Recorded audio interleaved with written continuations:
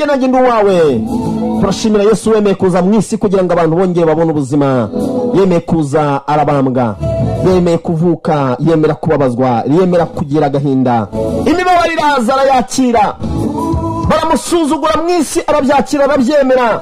Atukwa n'abatagakwiye kumutuka, bamwikoreza ibyo atagakwiye kwikorera, bamushyiraho urubanza, bamuciriye urubanza. Uwo nta wundi ni Yesu. Yaraje avuga ngo reka nemere yemwe abarushye n'abaremerewe, aravuga ngo nimuze musange ndabaruhura. Ubahuruhura ninde? Ni Yesu.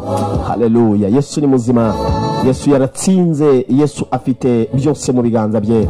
Mumwiringire mu muhanga amaso. Impamvu avuga ngo yewe baho ubuzima, baho ongera usubirane ubuzima, baho ongera ubeho. Uwiteka bivuze ngo niwongere ubeho.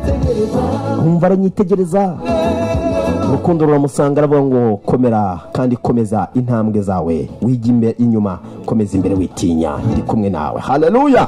Umukomere cyane n'abadukurikiranye aho waba uri hose udukurikira. Imana ikomeze gushyigikire kandi ubona amahoro n'amahirwe bituruka kuri Nyagasani bibane nawe. Ubundi intambwe yose watera Uwiteka gufate ikiganza, agukomeze ahagoye, akurinde ahakugoye, kuko Yesu yaraje aca mu bimugoye cyane.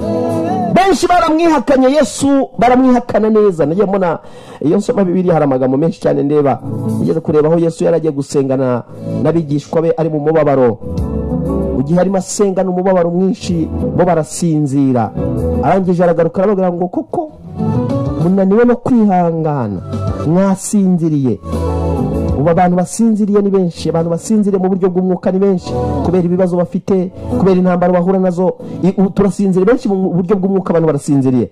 Ariko umuntu akajyaho ki mahoro neza, yewe ndi umuririmbyi, yewe ndi umudiyakoni, yewe ndi iki. Nushobora guca bugufi ngo usabe imbabazi, Imana ibwire ngo Mana mbabarira, unasabe n'imbabazi nawe wahemuki. Mu mutima wawe urahora ukudimba, urahora ubuzima bwawe wumva nta byishimo na bicyo ugira, ntabyo wagira. Na Bibiliya bavuga ngo nta mahoro y'abanyabyaha, niko Yesu avuga. Uwiteka ni udutungishije, aradukunda cyane, n'uturinze aradukunda. Tuzisegura amagambo y'imbabazi z'Uwiteka. Haleluya.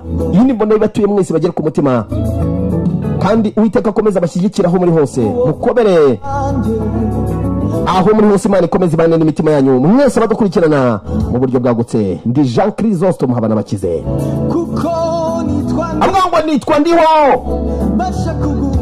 Haleluya. Genda ubeho kandi ukomere, uzabaho. Uwiteka yavuze ngo baho, ubaho.